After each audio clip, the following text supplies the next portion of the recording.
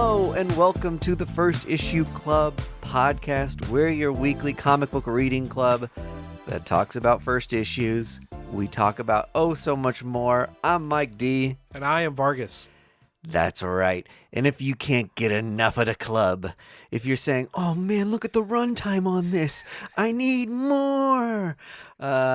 We've got over 100 episodes over on our Patreon. Hell yeah. So go check us out over there too if you need some more. Unfortunately, Greg isn't with us today.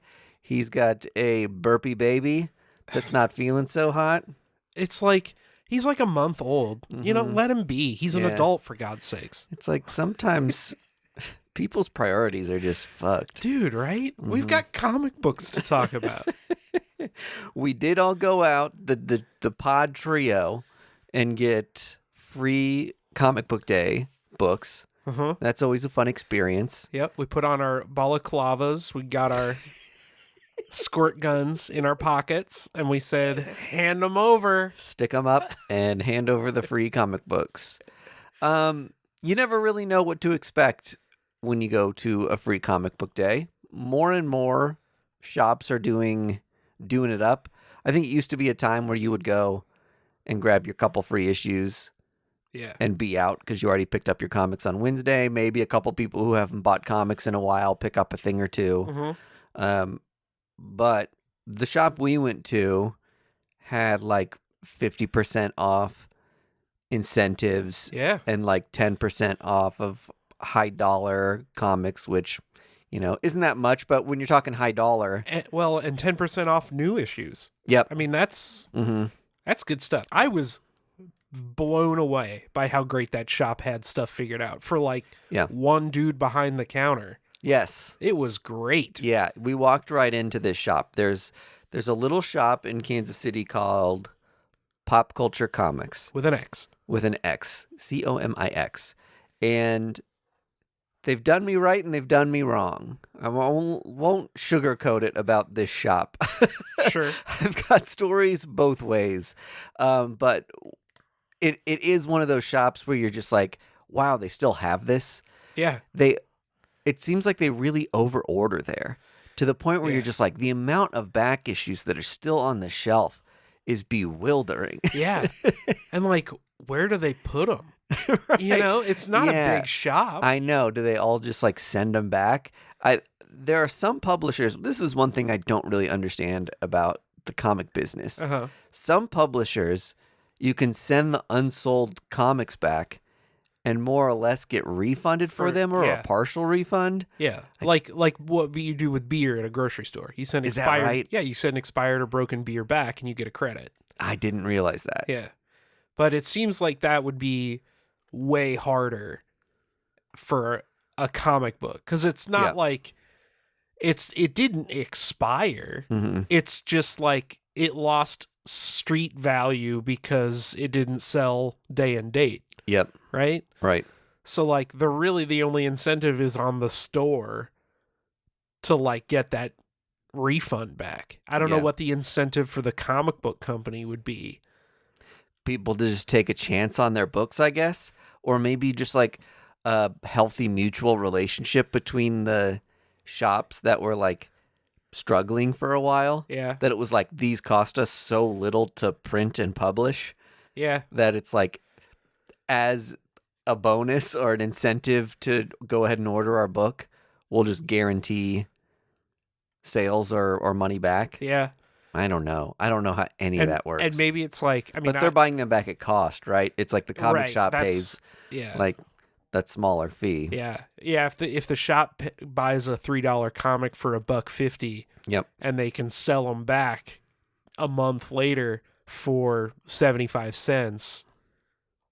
I mean, that's worth it for both sides, I guess. Well, I know a couple people in Kansas City who have said at their shop or the person whose shop they go to will order fucking tons of some comics to get the really high ratios. Oh, sure. And then just know that they can send them back. So it's like, I'll order 100 copies of this because the 1 in 100 cover I can hawk for a crazy amount of money, and then I'll just ship back all the A's that didn't sell. I always thought it would be worth it for a shop to like strike a deal with like an eBay guy, a known eBay guy. You know, we order 1,000 copies to get the 1 in 1,000. Yep. And you can sell that 1 in 1,000 for God knows how, $500. Yeah. Right. You sell whatever A covers you can, and then Mr. eBay sweeps in, gets half of them day and date or whatever, because you're not going to sell them. Right. And he can hawk them on eBay, you know, nickel and dime for $3 and $4 a piece or whatever. I always thought that would be a good, like a mutual beneficial relationship. I think all the shops have their own eBays that they manage now. Probably. Yeah. Yeah. A lot of the retailers I order from, you can kind of tell based on like their little like business card address thing that it's like, oh, this is like a shop in Vermont or wherever. Yeah. This is the thing. We've talked about this a little bit in the past, that's kind of some of the dicey thing about going to a comic shop for a brand new comic that is buzzing. Yeah. Because you're like, the shop's just going to sell all their copies on eBay. Yeah. Because there's more of a frenzy online than there is in the store. Yeah. So, which is shitty. Yeah, and in the store, I think you'd maybe lose customers if you came in to get a book day of. Yeah. And you're trying to sell it for more than like cover. More than cover price, right? Yeah. At that point. Yeah. In any case, long tangent for free comic book day. I went to 2 different shops. I went to one that was having like you got feisty, a big warehouse thing in the back, and I waited in a line, and it was fun. I bought like I mentioned, there's a shop called Elite in the Kansas City metropolitan area where this guy does a lot of Children's Mercy toy drive stuff to Children's Hospital near us. Yeah. And so I went to that and donated some money, got a t-shirt. Nice. And picked up a handful of free comics, and then head over to the shop where I met you and Greg, and we spent some time and then got some lunch. But I got a mediocre level haul. Okay. Nothing. I'm not mediocre as in I'm disappointed in what I got. Just that I've learned over the years to not just grab everything I can grab. Yeah. You want to be a little selective. It's like, these are the things I'm going to actually read. Yeah. I don't want to just take stuff to take stuff because you're going to have kids coming in over the next week. Yep. And then they can pick up their weird comics that they want. So, yeah, but I thought we'd talk about a handful of the issues that we got. Let's do it to it. And or read. I will say I haven't read the Uncanny Avengers Free Comic Book Day one yet. That's something I'm so far behind in all my X books. Yeah. Because, I don't know, they publish like 15 a month. Yeah. They're like really hard to keep up with. And I was just assuming there would be some spoilers for the last month's worth of books that I need to catch up on. Yeah, I really wish I had read it. It's like the next thing on my to read pile because I'm really stoked about it. I loved the old Uncanny Avengers stuff. I know Remender wrote some. I know Hickman wrote some. And having X-Men on an Avengers team or Avengers on an X-Men team is, I mean, it's the Reese's peanut butter cup of comic books. Yeah, right. You get those cool, fun interactions, and there was that run where like Deadpool was funding the Avengers through his like sales of his Deadpool merch. Like, yeah, right. You get those cool, fun, whatever, weird story stuff, and Jerry Dugan's writing this one, so I'm sure it's going to have that stuff. I'm stoked about this book. Yeah, I think it'll be really fun. We did a lot of speculating a while back on this Captain Krakoa. Oh, yeah. And who it's going to be, because I think we're led to believe it's not Cyclops anymore. Right. And we've been teased that it's going to be somewhat of a villain. Right. Or I don't know if it's going to be a bad guy or if like it's a reformed bad guy. Yeah. We looked at that really square jaw. I'm showing Vargas the cover right now. Yeah. And we said, is that Captain America? Because He's cloned. Yeah. Because the X-Men already cloned him on Krakoa. That's right. So did they just make a duplicate of Steve Rogers? That would be so dope. And they're using him masked as like their, again, Captain Krakoa. Yeah. It makes so much sense. We'll see. That looks like a Steve Rogers mouth and chin to me. Oh, for sure. For sure. I mean, comparing, because Captain America's front and center. Yeah, he's on the cover as well. Yeah. Which, may be a red herring to put the actual Captain America on the cover. Yeah. You know what actually would be a really, really cool reveal is if they reveal that it's Captain America, but it's actually like Mystique. Like Mystique is copying Steve. Layered. Yeah. One that I read that Mike D didn't was Fish Flies, the new Jeff Lemire book. Yeah. This is very much Jeff Lemire, kids on bikes doing weird stuff. It takes like a horror slant too, and a murder mystery also. Yeah. Goes kind of that route. I am definitely going to pick it up. I'll pick up anything that Lemire writes and does the art on. I think this is going to be a graphic novel too, right? Oh, is it? I think so. I think that's the only floppy. Oh, is damn. the Free Comic Book Day preview. Okay, well, I'm going to pick it up. I think. I know that because in the back there's like a cover gallery. There is a Peach Momoko variant. So I don't know if they're doing that as a variant to I might have the been floppy misinformed. Well, who knows in this economy, right. Who can tell? But no, Fish Flies looks great. It's kind of reads like Plutonia. Did you ever read Plutonia? It kind of reads like that. Where it's cool. Kids on bikes solving a mystery, more or less. I love it. I read Sabrina, or not Sabrina, sorry. Archie Horror Presents The Cursed Library. Yeah. And then this character was someone I was unfamiliar with. Jinx, right? Is this Jinx? Okay, so Jinx is just getting her new, like a solo series. She had a one-shot, and I think she's coming... Is that what it is? I think she's coming back for another one-shot. Got it. Okay. If you're not an Archie freak, Jinx is like a little kid character from like old Pep comics and Archie comics. Yeah. That was kind of like a neighbor. Yeah. And then when Mark Waid did Life of Archie, or one of the more like serious reboot sort of comics. Yeah. Oh, was it that mainline series like after Archie died and he came back with Fiona Staples doing art or something? Yeah. Was it that run? I think so. They brought her in as a, more adult character. Yeah. And ever since has been kind of rebooted. We find out her father is like the devil. Dope. In that run. Yeah. And so I don't know if this Cursed Library thing is like a new anthology horror deal for them, or if this was just previewing some of the Archie horror stuff coming up.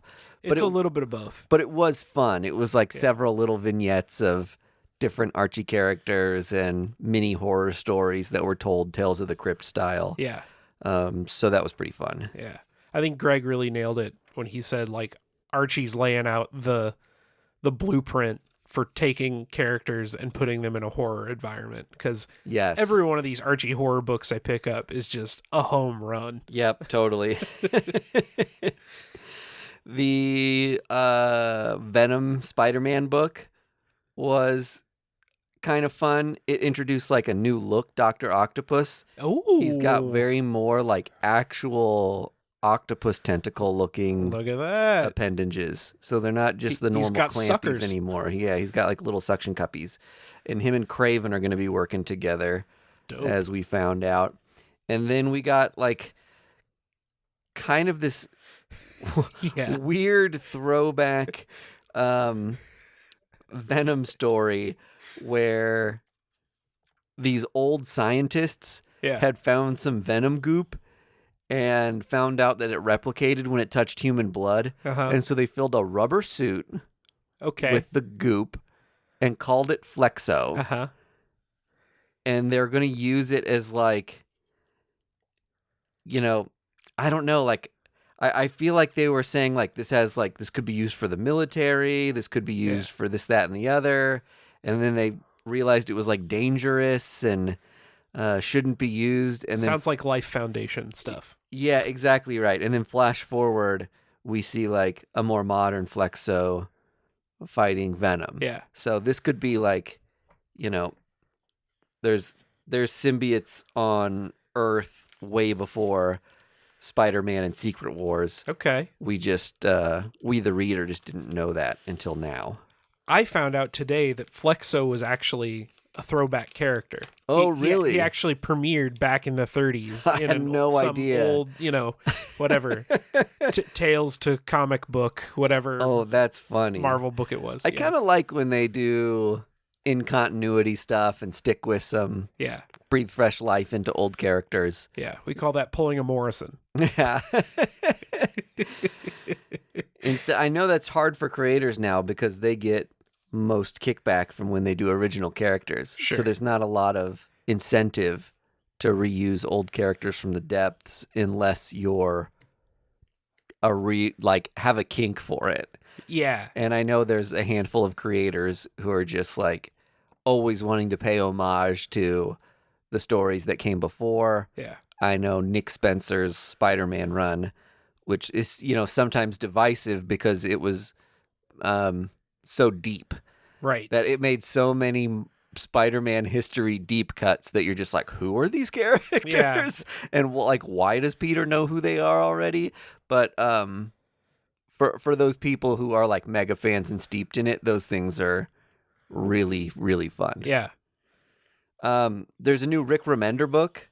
Yeah, I got this one too. Called The Sacrificers. And it was, I loved the art. Yeah. The art style was amazing. And the book was like a quick, breezy preview. Uh-huh. You don't get like a ton outside of knowing that I think that there's like a god to be appeased. Yeah. And you've got like a population of different like animal hybrid people. And every family has to provide a sacrifice to like appease the gods. Yeah. And this is a story of like one kid who's been chosen to be the sacrifice for his family. Yeah. I'm stoked about this one too because I love Rick Remender doing sci-fi. Yeah. He just does it. I mean, pitch perfect. Yep. You guys saw that I spent $30 on a Fear Agent #1. Yeah, right. Not 2 weeks ago. Like, yeah, I can't get enough of it. And Black Science was an amazing book. Yep. Low was an amazing book. And this looks like it's just going to be another one of those. I think there's a reason they picked it for the free comic book day preview. Yeah. It's probably going to be good. Oh, yeah. Big time. So, I'm pumped to read that one. And then Dawn of DC Night Terrors. We finally got a little peek into what Night Terrors is going to be. I flipped through the design gallery in the back. The designs are cool. I haven't read the story yet because I'm busy. Right. But the designs were, worth picking up. Yeah. Just for that. Yeah. And different artists created different nightmare versions of different DC characters. Yeah. It's I think more than anything, the Nightmare event is just going to be fun covers and interior art wise. Oh yeah. And then anything on top of that is just like stories, good, great. Yeah. This is like the Dark Knight's metal books to the extreme. Right. Where it's like, how many covers can we pump out that look cool as rad as hell? Badass. Yeah. More or less, we found out that there's going to be, like a nightmare version of every superhero that has like a mainline series coming out right now, which again makes me feel better about the number of comic books that are coming out because it does seem like it's just going to be, are you reading Batman? Cool. Then the 2 Batman issues of Night Terrors are going to be really fun, and you're going to get like Devil Batman and like Devil Robin. Yeah. And you can skip the ones you're not reading. So that I after I read it and kind of started to soak in the premise a little bit, I had a little bit of a breath of relief that I could maybe save $100 and still follow this event. Yeah. Because there are something like 67 books, right? Oh, dude, the whole centerfold of this is every free title issue that's is the every tie-in. title, and it's buck wild. Yeah. I haven't seen anything though that's gonna make me like stretch out from the DC stuff I would normally pick up. Yeah. I'll probably do Batman, Robin. I might do Flash, and then maybe Zatanna. Yeah. Like, if they would have done a Constantine or a Swamp Thing, I would definitely be picking those up. Yeah. But it's kind of surprising that they're not leaning into the more horror stuff. Oh, like, totally. Yeah. The characters that already have a dark twist. Yeah. Yep. Like, this seems like the perfect reason to dust off, like, House of Secrets, House of Mysteries. Mm-hmm. But they didn't do that, you know? Yep. Yeah, so I don't know. I'm interested in what the previews are going to tell us about each one of these stories. I think that's the way to go with this event. Yep. You got to read every solicit and figure out what sounds interesting and go off that. Because I think if you just blindly add some stuff to your pull list, you're going to be throwing away a lot of money for a lot of throwaway stories. Yep. That's probably true. These are already available for pre-order. Yeah. They're listed on previews. But again, really tedious to read the synopsis of every but I single think that's one. what But you got to do. But you can, yeah. It might be something where you read them and say, I scanned a handful of them that I was like, I'm on the fence on this one. Yeah. And you know, you pop one open and it's like an introducing new villain. And I'm like, okay, well, I'm going to buy that one because I've got a problem. Yeah, right. Comic book hoarder. Oh, there's a Jenny Frizen cover? First okay. appearance. Well, I got to do that one too. Yeah. And that's the problem is like every one of these issues is going to have first appearance of Nightmare Batman. Nightmare version of a character. Nightmare Flash. Which is not really a first appearance. Yeah. Yeah. But one of them's going to pop off. And I'm not going to get that one. Yep. So we'll see. I'm excited and optimistic about Night Terrors. I think people loved DC Metal so much. Oh yeah. And what was the Undead? Deceased. People love Deceased. And DC versus Vampires. Yep. Oh yeah. Which was Tinian wrote. So and Rosenberg wrote is that right? Vampires. Yeah. Okay. So in any case, it seems like this is becoming a yearly thing for DC to do something like twisted and and like but still fun. Yeah. You know what I mean? I think people always knock DC for its like grim tone and over seriousness, but you read any of those series and they're very on the nose. They can be taken very lightly. Oh, yeah. They're so over the top that they don't read so grim and dark and evil. They're just fun more than anything. Well, I tell everybody, the stuff that got me into comic books was Marvel Zombies. Yeah. Like taking Marvel characters and putting a horror twist on it. Yep. So call me a sucker or whatever, but like anytime any company does anything similar to that, like I'm in. I want to see the weird version of Superman, right? Like even the Elseworld stuff, right? Yes, like that's some of the best DC out there. Yep. It just seems like a fun book to work on too. Yeah. So you could see these, you know, a lot of them are being done by creators we really love. So yeah.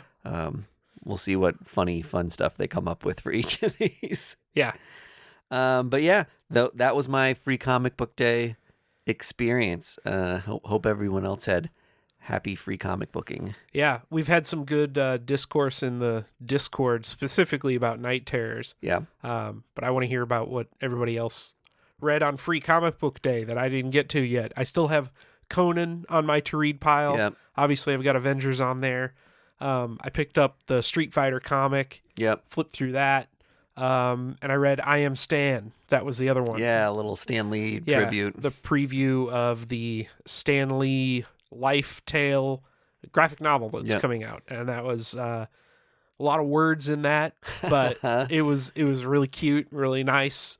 To see him interacting with all these like famous comic book people and just imagining like being a fly on the wall when, we joked about Stan Lee writing like Spider Dude on a napkin and crossing it out, like that happened. And he worked with, Ditko and Kirby and all those dudes like to come up with all these now famous characters over the course of all those years. So it's funny. He's like, was so prolific that when you would go to those panels and people would ask him questions about like, what's the story when you created the Rhino? Yeah. And he's like, I don't really remember, but you just picture that visually and you're like, isn't a big rhino guy cool?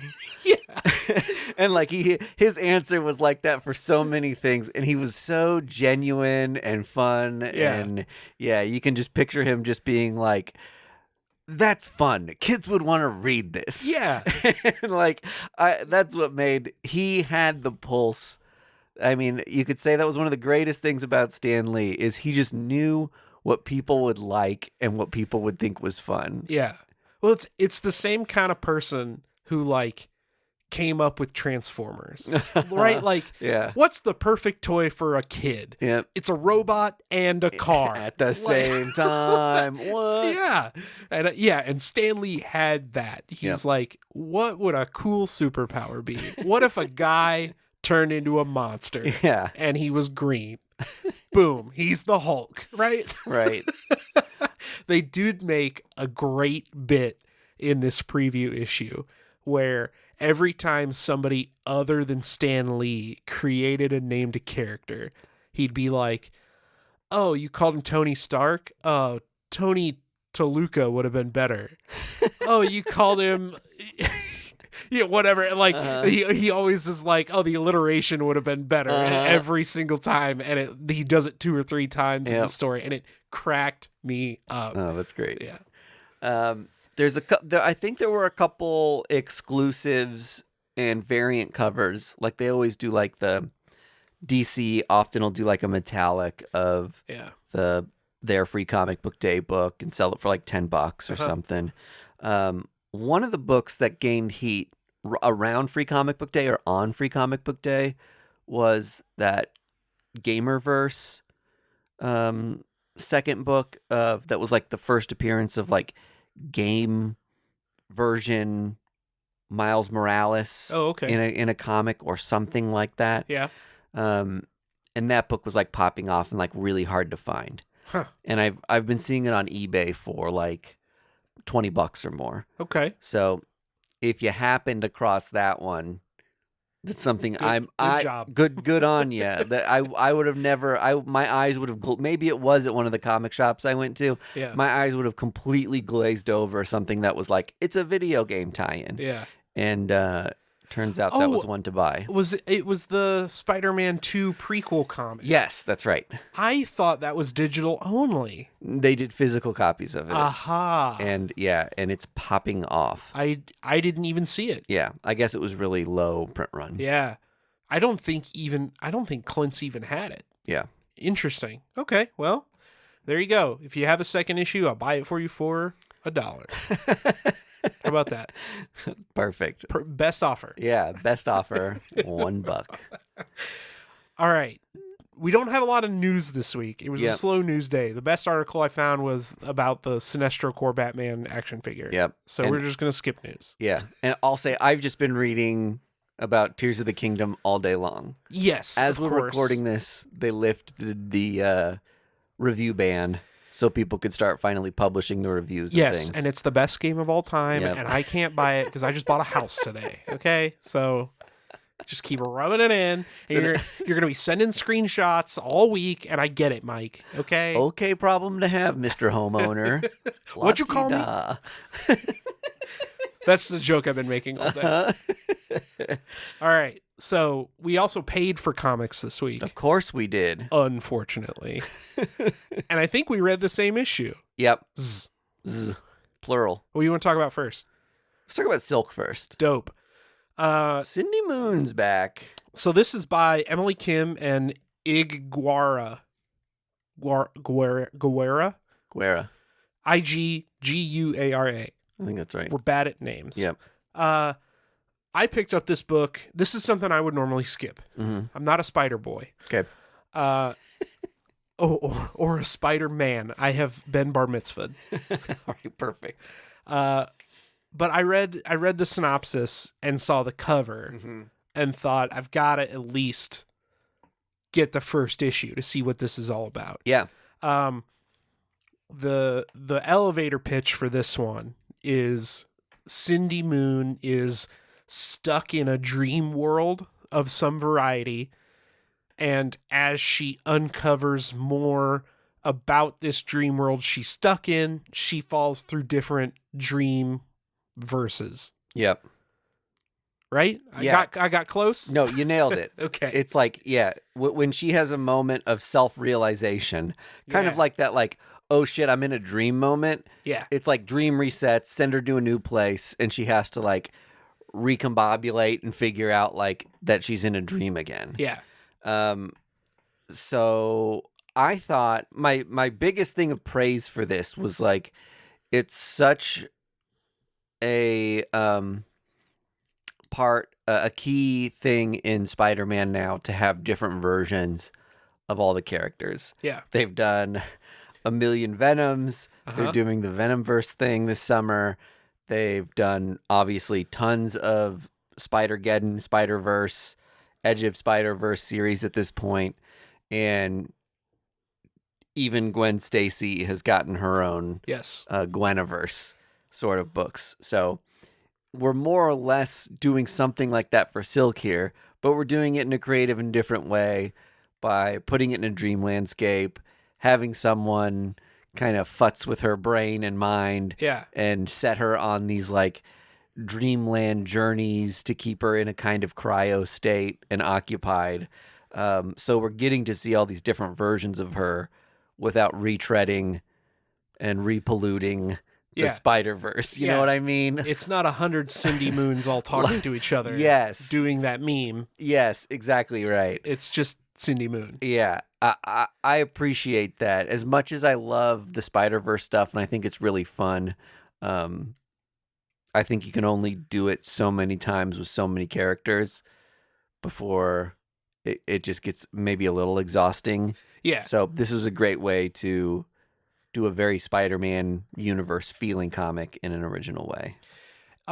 What I really liked about it was the fact that, so this issue takes mostly place in like a 30s LA noir. Yes. That's the setting for most of the book. And it was very stylized as such, and the costumes were very cool. Yeah, she's wearing, a trench coat with like a hood, a scarf over her neck. Yeah, she's narrating it herself like you would an old Hollywood movie. Yeah.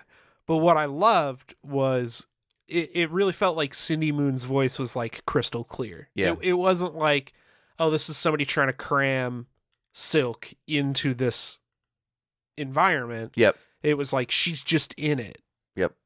So it's exactly the same character that plucked out of Spider-Man in this environment. Yeah, same personality. I think that's what's so much fun about it. Yeah. And the next issue is Cowboys and Indians, right? So like, I think that's going to be a total blast, like Sheriff Silk on the prowl. Right. So, and if the cover's anything to go on, we've got like space sci-fi pirates, looks like Conan and zombies coming up. So I love it. I think this book's a total blast. Even if you're not a spider person like I am. Yep. This is, again, 5-issue mini. The cost of entry is low. It is, but let me make my plea one more time. Yeah. This is like volume 5 or 6 of Silk at this point. And every single time they do a little 5-issue mini. Mm-hmm. People like this character. They do. I think this is a really cool character that we should get that deserves an ongoing series.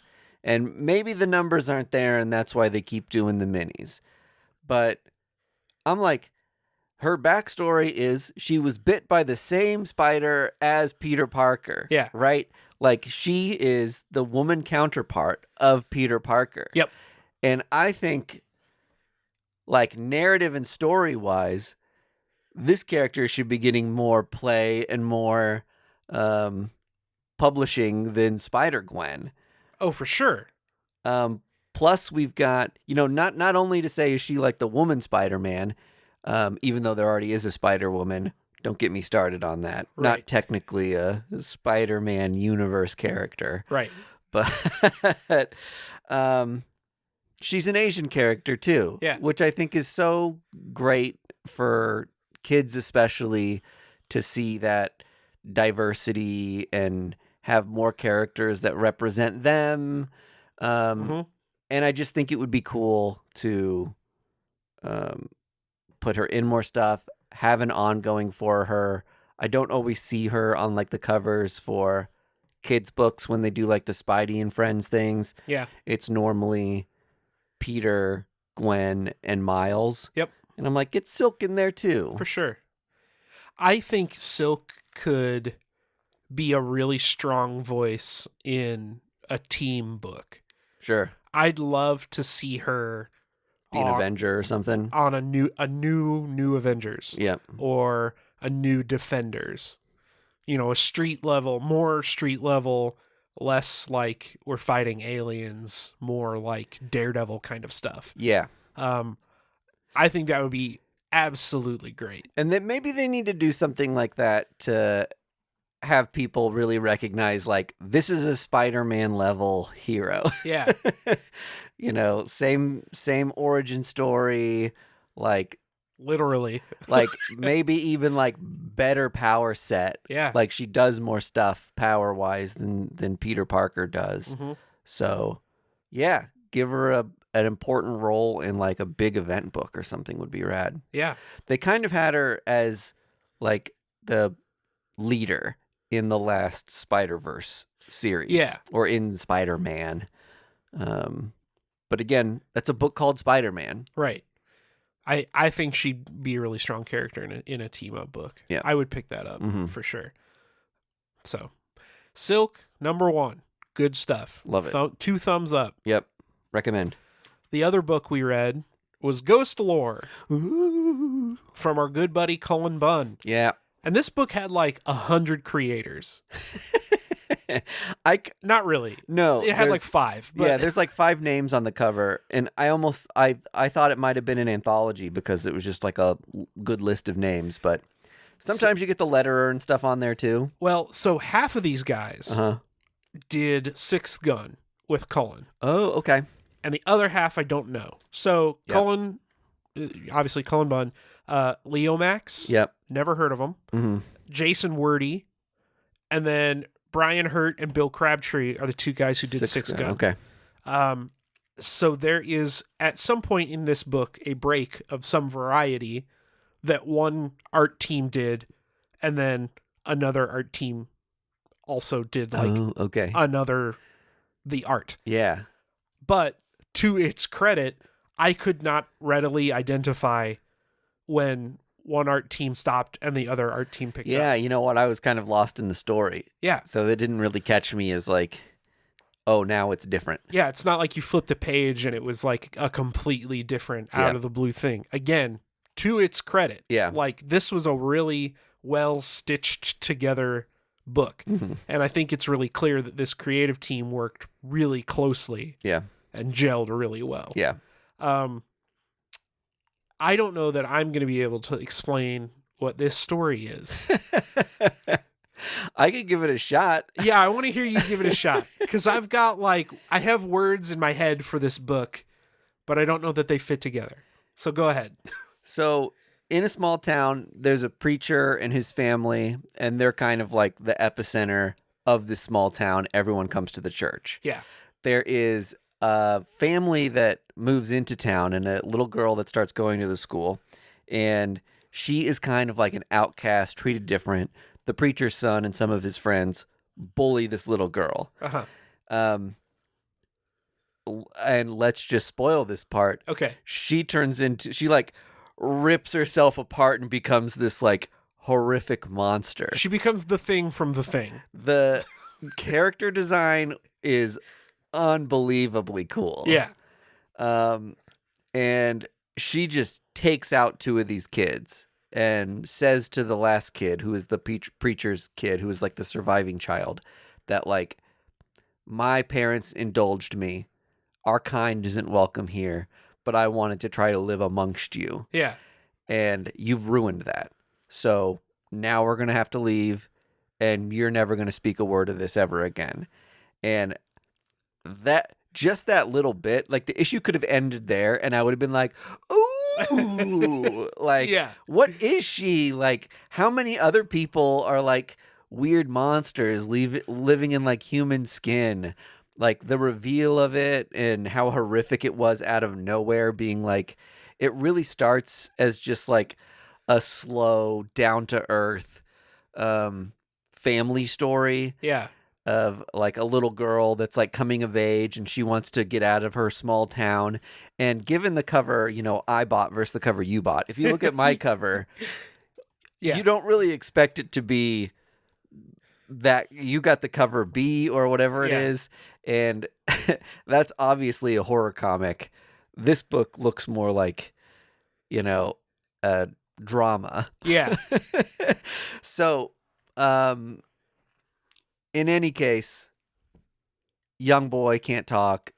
They get in a car accident later, and the car accident triggers like his ghost to catch everybody up to speed. Yeah. And this, for some reason, the accident they're in, wherein only the daughter of the family and the husband, who is a pastor, survive.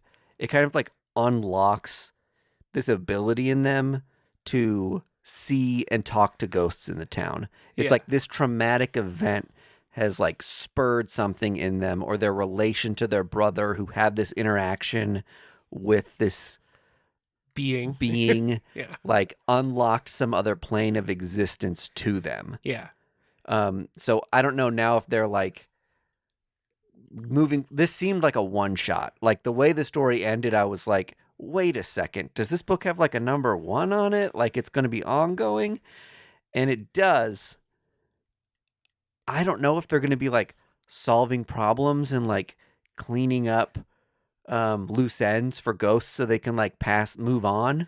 So here's how I read the story. Yeah. It's a ghost story on top. Yep. But the first problem they're going to solve, TV show wise, first season, is going to revolve around this creature murdering people. Yeah. So it's almost like what was that show? Pushing Daisies? Uh-huh. Where they like bring the guy back to life, or like iZombie. Yeah. Where she eats the brains and then solves the murder of the people that she ate their brains. Yep. It's one of those. Yes. Where like the preacher and his daughter have to come together and reconcile and avenge their brother, son, his spirit, because he's like not at rest. And the mother too, like, didn't say anything when she was like passing on or whatever. Yeah, the brother was the one they engaged with. Yeah. And then they made a point to show the mother kind of walking off and not offering up what she needed to get out. Yeah. Yep. Yeah. And that was kind of what I kind of got from the daughter too, was that she had some kind of like ability or like desire, release them. Yeah. Mm-hmm. Desire to like be their sin eater almost. Yep. Like I hear your confessions or whatever, and your spirit's now free to move on. And that was the other thing too, is they crash because they see this ghost boy in the street. Yep. And then once they are crashed, there's like a wall of tons ghosts of them. Yeah, right. So, yeah, I think you're onto something where they're going to be like solving ghost mysteries, but the conversations like this just remind me that, like, yeah, this was a good comic book. Yeah. Like, those ones where you're starting to, like, speculate, what will it be? And all that fun stuff is just like, man, my mind's running wild thinking about it. So yeah, it's definitely a book that stuck with. It's like I could tell after I read it that it was going to stick with me. In all honesty, like my free comic book day books, I had to reopen as we were talking about them and be like, what happened in these? Yeah.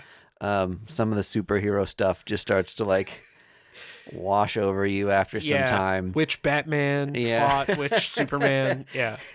And Ghostlore, I didn't have to go back and read another time. It just like slapped me upside the head with like how interesting of a story it was. So I really liked it. I'm really stoked on this one. I mean, Cullen Bunn is like the master of horror. Like we're gonna look back in 20 years and just be like, this guy's output was buck wild. He's got first issues coming out like every other week. Yeah. And they're all good. I've never read a Cullen Bunn first issue and been like, I don't want to read any more of this. Right. The other thing I have to say, and this is probably a stupid thing, but it might start a conversation, so I'm going to say it anyway, because we're on a podcast. Boom Studios has the best paper in the game. I love the way their paper stock feels. Yeah. And I think it's because they kind of lean toward horror, I guess, or the Boom books I pick up are all horror. Yep. That's probably just a Vargas thing, but the stock that they pick, that like kind of flat, gives it almost like a pastel look to all their colors, and it just is the best. When you open that book, you get that feeling, and it has that look that just like give the book that extra something. Yeah. This book had like a meaty cover too, didn't it? Is it almost like cardstocky? I don't think so. No. We can bust it out here. Yeah. No, it's just a regular. It's a regular comic. Old cover. But do you see what I'm saying? How it's like, it does feel like the cover's like a little. Maybe it is. Maybe it's a slightly thicker stock. But that's part of what I like, is the pages in the cover have the kind of the same feel. Yeah. So Boom Studios, wherever you get your paper, you're doing it well. Yeah, you know what? I wouldn't have thought of articulating that, but yeah, now that you pulled that book back out, and I'm yeah. But you know, Seasons Have Teeth is another Boom one. Yeah. Same thing. They're definitely not, you know, like DC covers feel like they're tissue paper sometimes. Yeah. It's not that. I hate that about DC books. Yeah. One last little quick thing I want to say, because I would absolutely regret it if I didn't. Greg talked about it last week, but I read Survival. I picked this up at the shop on Free Comic Book Day, and boy, howdy. Hey, okay. This book is so up my alley. Yeah. So if you're listening to this podcast and you're like, man, I like the books that Vargas likes, go pick up Survival. Because the solicit that I read, or whatever, the review that was like, this is Red Dawn meets 30 Days of Night, is spot on. I mean, it's dead accurate. Having a plane full of vampires crash in the Alaskan wilderness, you know, right outside of a survivalist get together, is just the setups. The book lives up to that setup. Yeah. And it's great. I'm so stoked for this. And Sean Lewis has written so many books that I like. Has he? I just Googled him just to be like, how many of these can I rattle off real quick? Yeah. The Few, Bliss, Thumbs. Thumbs, that was the big one, yeah. He does King Spawn. Yeah. Above Snakes was really cool. He worked on Scorched. Coyotes. Do you remember Coyotes? That was a really cool book. And then Saints. I loved Saints. Well, Sean Lewis doing it up. I'll have to go back and dig through some of his backlog, because Survival was awesome. I know Greg said that he reached out to see if this was a mini or an ongoing. And I think Sean said we'll see. Yeah, he got a we'll see. We'll see how it sells. So please, I'm telling you, if 30 Days a Night meets Red Dawn tickles your fancy at all, go pick up this book. This is well worth your $3.99. Heck yeah. So had to talk about it. All right. Pitch made. Okay, well, that concludes another episode of the First Issue Club comic book podcast. We did it, and we did it well. Indeed, we did. We'll see you on the Patreon. That's right. Check us out on the Patreon. We have 2 tiers now. $1 tier, Which just is a taste, called the Just the Taste tier. And the $3.99 full feast. I don't know what Feast. it's called. Yeah, we should call it full feast. I really like that. And on the full feast, we do videos. Yeah. So you can actually see with your eyes what the hell we're talking about. Exactly right. Make sure and follow us on Instagram and Twitter. Yep. Join the Discord. Come hang out with us. What else? I'm trying to think of all the Greg stuff.